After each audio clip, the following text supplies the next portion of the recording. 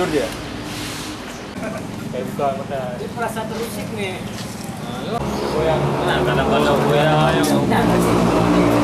Ah, kalau sana aku telepon KTP lah baru lihat.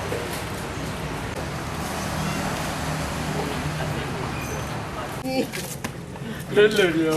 Yuk, balik. Oh, Indomie dari mana? Pak Idoli. Kamu i. Merumpok nih jangan lalu.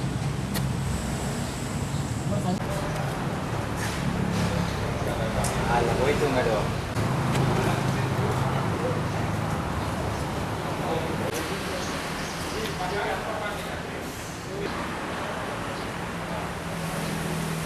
Pancing buaya nih, Pak.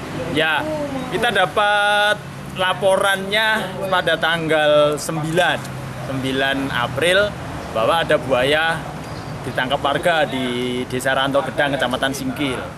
Kemudian saya minta tim untuk mencek betul ada buaya yang dipancing warga. Kemudian mereka sempat minta ganti rugi 5 juta katanya untuk kalau kita mengambil. Nah, kita tidak layan itu. Kita akhirnya bersama polisi, kalau itu tidak serahkan kita akan proses hukum. Dan sampai sekarang udah dari aktivitasnya sudah cukup agresif, hingga ya kita berharap bisa hidup. Mereka makannya apa nih, Pak? Kalau dari Ayam, misalkan ya ayam. itu tiap harinya satu.